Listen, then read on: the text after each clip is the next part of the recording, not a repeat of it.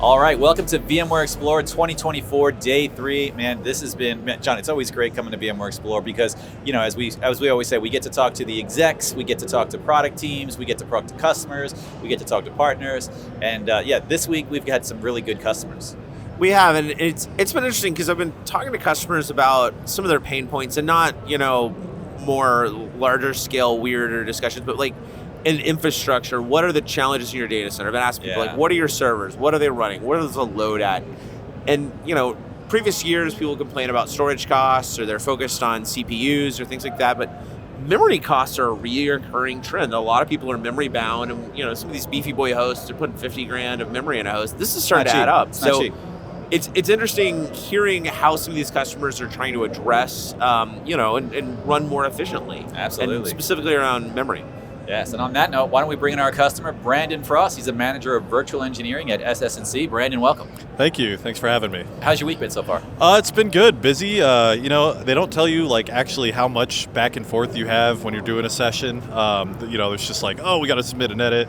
Oh man, we got to maybe talk about how we're bringing people on and off the stage. It was an interesting experience. Yeah, Was this your first time presenting here? It was. Yeah. Oh, congrats.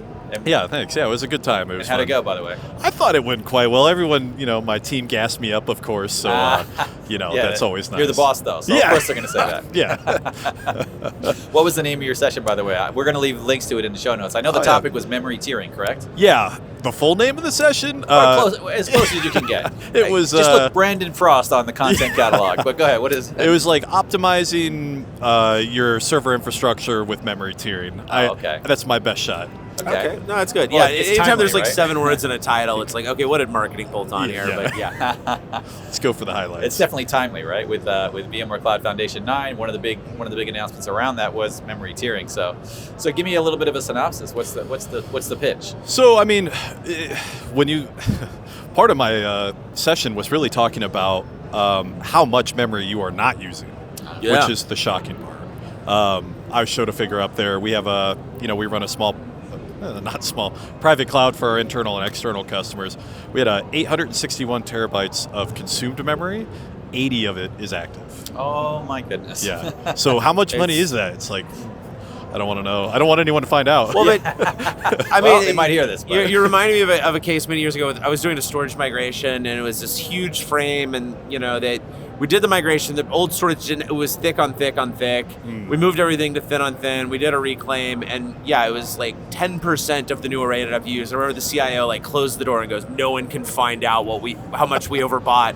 But this is an interesting one because I've been talking to customers for a while. vSphere has good memory overcommit capabilities. There's the balloon driver, VM tools. There's also the ability to try to right size, use vRealize. But if you operate in a multi-tenant environment, maybe you have people deploying things that they don't talk to you first. They just consume resources, or maybe politic-wise that could come up. I can't argue against my Oracle DBA. They're paying $1 bazillion per core, and they just say, "Give me more RAM," and you want to make them shut up and go away. It's interesting, seeing there's all these reasons why, but this is something that looks like you can kind of have your cake and eat it too, potentially, with the memory tiering. Absolutely. Of put those VMs on a diet, but do so in such a way that no one really notices or questions why. Yeah, I was a huge adopter of Optane. Intel just, I don't know what they were doing with it, but we marketed it and we used it as soon as we found out we could use it in memory mode. I think that was 7. Whenever they added support. PMEM. Yeah, exactly. Yeah. And we have over a petabyte of Optane in the environment. Oh, wow. Yeah, lots of it. And that reduced our cost by 30%. NVMe, even cheaper, bigger. It's getting faster every year. There's just it's so obvious. It's Well, and what's nice here is it's. I love Optane, but some of the challenges of using it in memory mode is the OS had to be aware, the file system had to be aware, the application had to be aware, and some of these databases, some of these platforms did that, but that was a bit of work. Looking at this memory tiering, this looks a lot more transparent, a lot easier to configure. Yeah, I think flexibility too, because it's software based. You don't have to rely on is the chipset available to use it? How much integration do you need there on the hardware side? I think NVMe is perfect. Everybody has NVMe drives or slots for NVMe or PCI slots that they're not using. Well, and it's also that it's a local device, so it's not does my this isn't a storage thing. This is a memory feature, and it's tied to a physical device in your host where, before if we were swapping, God forbid, it was going out, one, over my storage fabrics. My fabric admin's yelling at me saying you're saturating the lines. Two, you're slamming a remote disk that's hopefully not magnetic and a remote storage array and trying to use it like memory. That is a long latency pipeline versus this local PCIe attached device. I'm not, hopping through multiple teams. It's a lot simpler I/O path to leverage this. Yeah. So what was the gist of your session? Just buy the fastest memory that you could possibly get your hands on, and then you'll be fine. It really, it comes down to core counts are just getting huge. And if we do a lot of work to determine kind of what our workload size is. That's how we do capacity planning. That's how we figure out what I'm buying for the next 12 months. Buying bigger servers means I buy less. I use less power, ports, rack space, all that stuff. Human people that need to go do stuff. There's just less for them to manage, less things to do.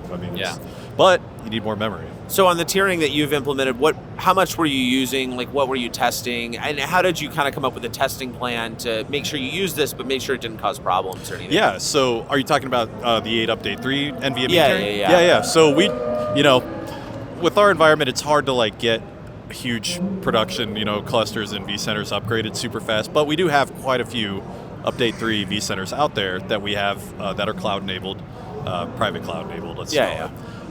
So what I've been doing is I've been taking UAT, dev workloads, and and these are actual... Start with the tier 2. Start where there's some acceptance of variability on SLA to test it. Absolutely. I've been moving them off. I've been putting them on hosts that I have tiering on. Actually, all the servers I bought in the last year that we installed have an NVMe drive in them. Oh, really? Specifically for this. All right, so everybody, make sure you get those NVMe direct bays on everything you're ordering, and throw one drive in the bill of materials. It's not that much money. It's a money. rounding error compared to, I think enterprise mixed use NAND drive discount, it's 30 cents a gigabyte. Yeah. Versus what are you paying for RAM? Anywhere from 5 to 20 depending on the density of the DIMM. Just list pricing, I covered this in the session. 256 gig is from a major OEM, I won't name them, is $10,000, dude. Yeah. Yeah, 256 gigs of... You can't actually buy an NVMe drive that small, first off. Yeah. Absolutely. Yeah. I think it's great. I'm really looking forward to it. I was going to say, so VCF 9 announces support for memory tiering. How does that affect your plans? Well, we're in a weird year because, memory tiering I knew was going to be coming for, what do they call it? Pre-release, whatever. Yeah. Tech preview. Tech preview.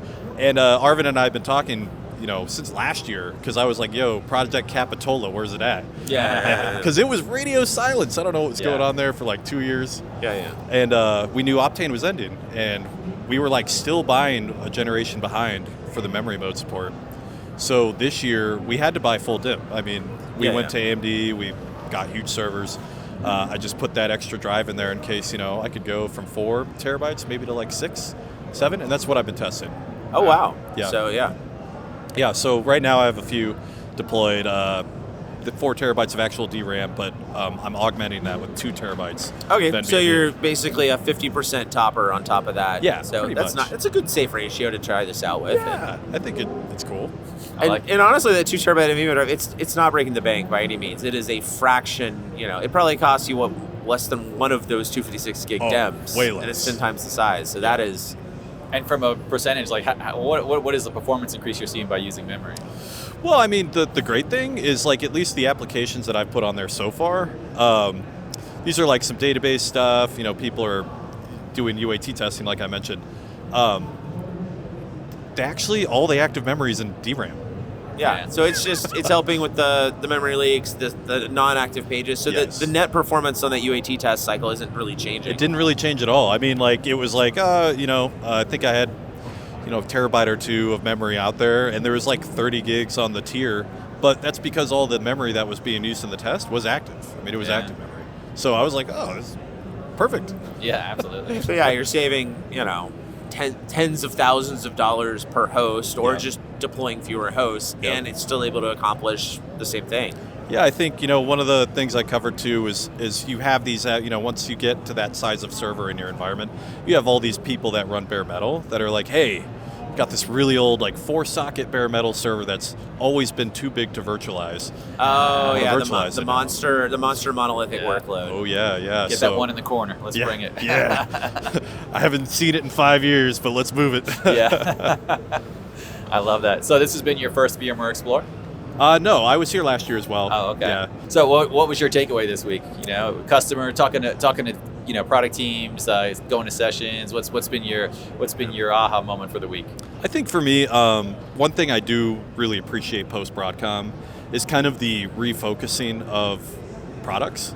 Yeah. I think as a customer, a large enterprise customer, the 9,000 SKUs or whatever he said, it's a lot. There was a lot. I mean, it came in like something about the size of an old phone book, if you remember those, and it was heavy enough you could kill someone with it if you threw it hard enough. So we almost did get killed with it. I mean, because we had to do our ELA, and we went from, I don't know how many SKUs, down. Yeah. They fit in a vending machine now. Yeah. Yeah, I'm a fan of the simplicity that they're talking now. I think it's a much better way.